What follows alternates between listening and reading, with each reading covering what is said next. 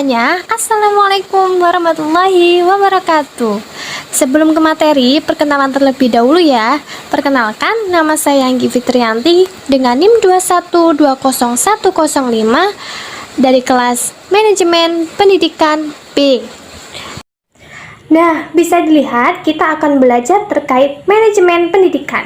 Nah, di dalam manajemen pendidikan nanti kita akan membahas beberapa poin ya, seperti pengertian, tujuan, manfaat, dan lain sebagainya. Di situ juga kita akan belajar terkait satuan pendidikan dan pengorganisasian dalam lembaga pendidikan. Sebelum mengetahui pengertian manajemen pendidikan, kita harus terlebih dahulu pengertian manajemen dan pengertian pendidikan. Pengertian manajemen berasal dari bahasa Latin dari kata manus yang artinya tangan dan agen yang berarti melakukan. Kata-kata ini digabung menjadi manajer yang bermakna menangani sesuatu, mengatur, membuat sesuatu menjadi seperti apa yang diinginkan dengan mendayagunakan seluruh sumber yang ada. Manajer menurut Terry pada tahun 1986 adalah kemampuan mengarahkan dan mencapai hasil yang diinginkan dengan tujuan dari usaha-usaha manusia dan sumber lainnya. Menurut Marcel dan Blackcare, manajer adalah proses bekerja sama antara individu dan kelompok serta sumber daya lainnya dalam mencapai tujuan organisasi adalah sebagai aktivitas manajerial. Manajer dalam artian sempit sebagai menyusun dan pencatatan data dan informasi secara sistematis dengan tujuan supaya dapat menyediakan keterangan serta memudahkan memperolehnya kembali secara keseluruhan dalam hubungan satu sama lainnya. Setelah itu, pengertian pendidikan. Pendidikan atau education secara semantik berasal dari bahasa Yunani paidagogia yang berarti pergaulan dengan anak-anak. Pedagogos adalah seorang nelayan atau bujang dalam zaman Yunani kuno yang bekerjanya menjemput dan mengantar anak-anak ke dan dari sekolah. Selain itu, di rumahnya anak tersebut selalu dalam pengawasan dan penjagaan para pedagogos. Istilah ini berasal dari kata paidos yang berarti anak dan agogos yang berarti saya pembimbing atau pemimpin. Menurut Langeveld, pendidikan adalah setiap usaha pengaruh perlindungan dan bantuan yang diberikan kepada anak tertuju kepada pendewasaan anak itu, atau lebih tepat membantu anak agar cukup cakap melaksanakan tugas hidupnya sendiri. Yang pertama, pengertian manajemen pendidikan. Menurut Sulistiorini, manajemen pendidikan adalah suatu kegiatan atau rangkaian kegiatan yang berupa proses pengelolaan usaha kerjasama sekelompok manusia yang tergantung dalam organisasi pendidikan untuk mencapai tujuan pendidikan yang telah ditetapkan sebelumnya agar lebih efektif dan efisien. Dilihat dari pengertian tersebut, manajemen pendidikan tadi, maka kita dapat mendefinisikan manajemen pendidikan sebagai suatu proses perencanaan, pengorganisasian, pelaksanaan, dan pengawasan dalam mengelola sumber daya untuk mencapai tujuan yang efektif dan efisien dalam bidang pendidikan. Selanjutnya, tujuan manajemen pendidikan. Tujuan belajar manajemen pendidikan yaitu Yang pertama, efisien dalam menggunakan sumber daya. Dengan mempelajari manajemen pendidikan dengan baik, diharapkan seseorang dapat mengelola sumber daya secara efisien. Misalnya, sumber daya yang berupa pembiayaan, waktu, dan lain sebagainya. Yang kedua, efektif dalam mencapai tujuan. Dengan mempelajari manajemen pendidikan secara berkesinambungan dan secara sungguh-sungguh, diharapkan seseorang dapat mengefektifkan proses dan sumber daya yang dikelola untuk mencapai tujuan dengan optimal. Yang ketiga, bermuara pada tujuan pendidikan.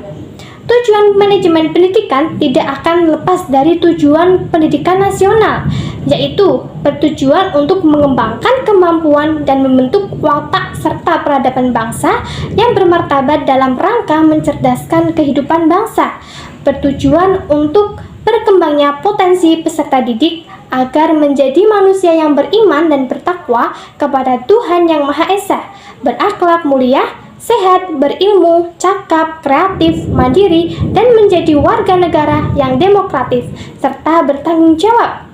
Yang keempat, mendukung kegiatan pendidikan dalam upaya mencapai tujuan pendidikan. Manajemen pendidikan ini mendukung dan memfasilitasi kegiatan pendidikan baik secara langsung maupun tidak langsung. Kegiatan pendidikan yang didukung dengan manajemen pendidikan yang baik akan mendapatkan hasil yang baik juga, sehingga tujuan pendidikan yang ditargetkan dapat tercapai. Manfaat manajemen pendidikan: A. Menciptakan suasana belajar yang bermutu dan menyenangkan, dan yang lebih penting lagi adalah dapat menciptakan peserta didik cara belajar yang terbaik bagi dirinya. B. Meningkatkan kompetensi manajemen pendidikan bagi pendidik sehingga lebih profesional. C. Menghemat sumber daya dengan hasil memuaskan. D. Mendapatkan tenaga kependidikan yang profesional. Selanjutnya, fungsi dan penerapan manajemen. Fungsi dari manajemen pendidikan mengandung 4 unsur. Yang pertama, perencanaan atau planning. Perencanaan adalah proses menyusun tujuan dan sasaran organisasi serta menyusun peta kerja yang melibatkan cara pencapaian tujuan. Yang kedua, pengorganisasian atau organizing. Proses dari penghimpun sumber daya manusia, modal, dan peralatan yang dibutuhkan dengan cara yang efektif demi mencapai tujuan. Yang ketiga, pelaksanaan atau implementation. Proses dan penggerakan sumber daya manusia yang ada untuk melakukan kegiatan pencapaian tujuan sehingga efisien proses terjadi dan menghasilkan efektivitas hasil kerja. Yang keempat, pengawasan atau controlling. Proses pemberian balikan dan tindak lanjut dari pembandingan antara hasil yang dicapai dengan rencana yang telah dibuat. Kemudian terdapat tindakan penyesuaian apabila terjadi penyimpangan.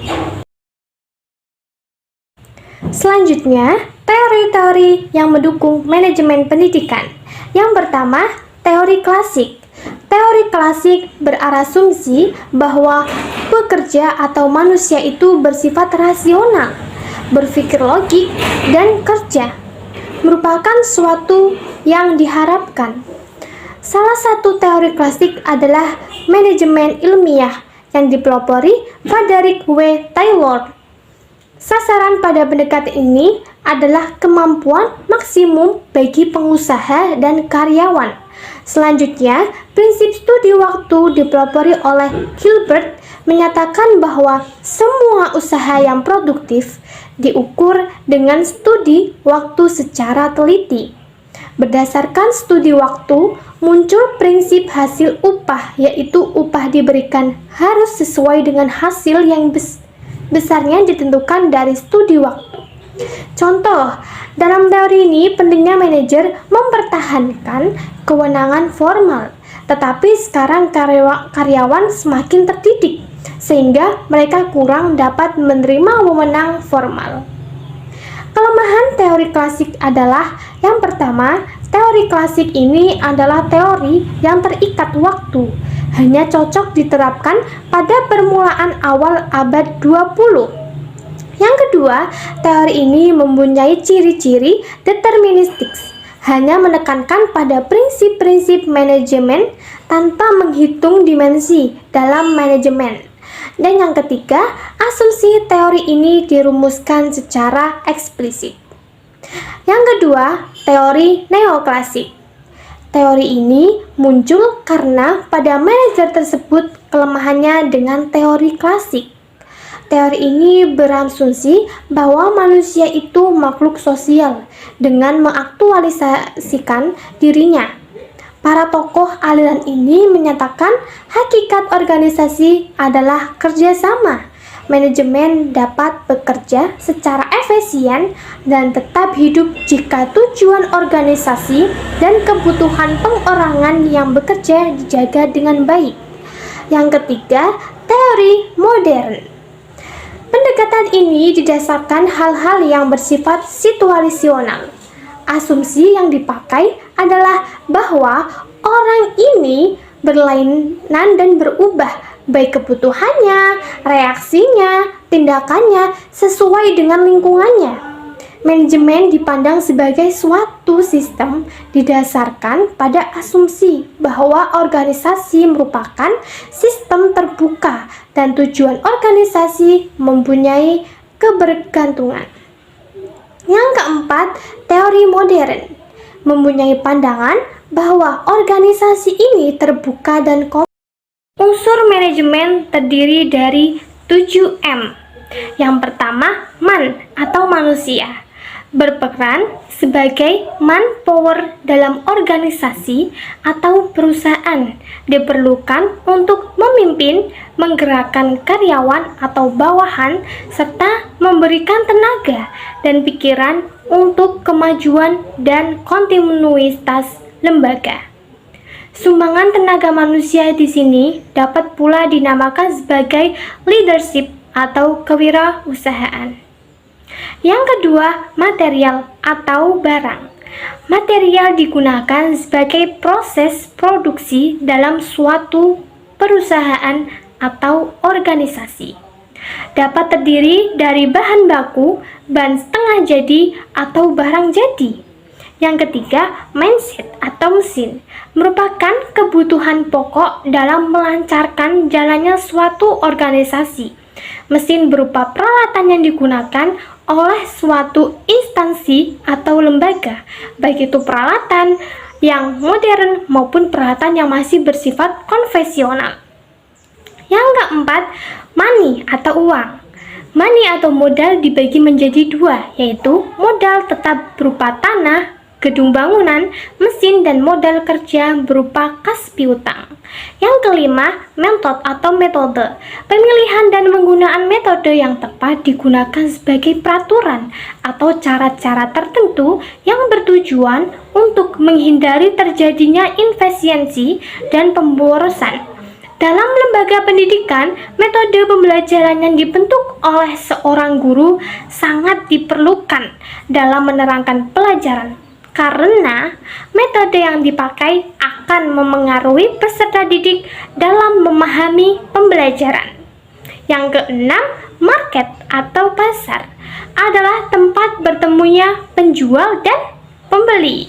Untuk mengadakan transaksi dalam lembaga pendidikan, market merupakan tempat terjadinya interaksi antara pendidik dengan peserta didik maupun dengan stakeholder yang ada dalam lingkup lembaga tersebut.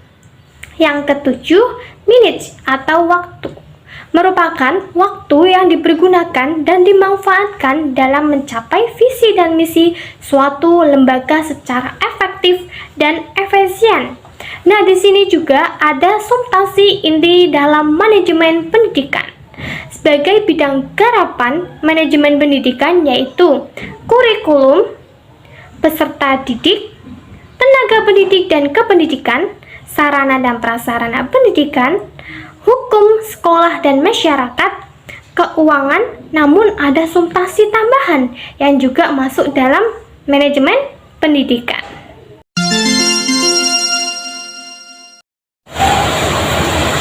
Selanjutnya, kita akan belajar satuan pendidikan berdasarkan Undang-Undang Republik Indonesia Nomor 20 Tahun 2003 tentang Sistem Pendidikan Nasional.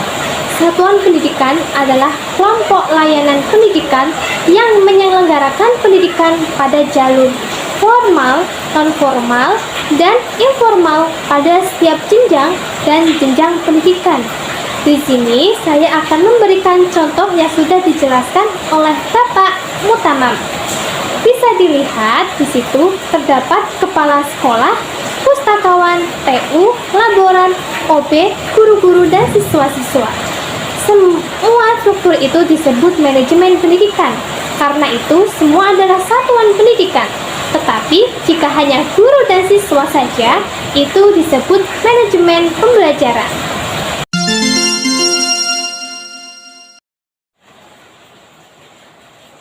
Selanjutnya, di dalam fungsi manajemen tadi terdapat pengorganisasian. Nah, berarti kita sudah sampai materi pengorganisasian dalam lembaga pendidikan. Nah, pengorganisasian merupakan salah satu aktivitas manajerial yang dapat menentukan berlangsungnya kegiatan kependidikan sebagaimana yang diharapkan. Pengorganisasian merupakan aktivitas menyusun dan membentuk hubungan-hubungan kerja antara orang-orang sehingga terwujudnya suatu kesatuan usaha dalam mencapai tujuan-tujuan yang telah ditetapkannya. Dalam hal inilah terletak bagaimana kecakapan kepala sekolah mengorganisasikan guru-guru dan pegawai yang lainnya dalam menjalankan tugasnya sehari-hari, mengalokasikan sumber daya serta mengkoordinasikannya dalam rangka efektivitas pencapaian tujuan organisasi, sehingga tercipta adanya kerjasama yang harmonis dan lancar. Selanjutnya, ciri-ciri pengorganisasian. Yang pertama, adanya suatu kelompok orang yang dapat dikenal dan saling mengenal. Yang kedua, adanya kegiatan yang berbeda-beda, tetapi satu sama lain saling berkaitan dan merupakan kesatuan kegiatan. Yang keempat, tiap-tiap orang memberikan sumbangan atau kontribusi berupa pemikiran, tenaga, dan lain-lain. Yang keempat, adanya kewenangan, koordinasi, dan pengawasan. Yang kelima, adanya tujuan yang ingin dicapai. Nah, jadi pada pengorganisasian ini kan banyak orang-orang itu yang berbeda. Ada yang tugasnya masing-masing, tetapi mereka itu untuk mewujudkan suatu pencapaian yang sama. Tadi yang seperti tadi ya, yang sudah dijelaskan sama Bapak Mutamam, bahwa yang struktur-struktur itu kan berbeda-beda. Ada guru, ada siswa, ada OB, yang lainnya itu berbeda-beda tugasnya, tapi mereka mempunyai tujuan yang sama.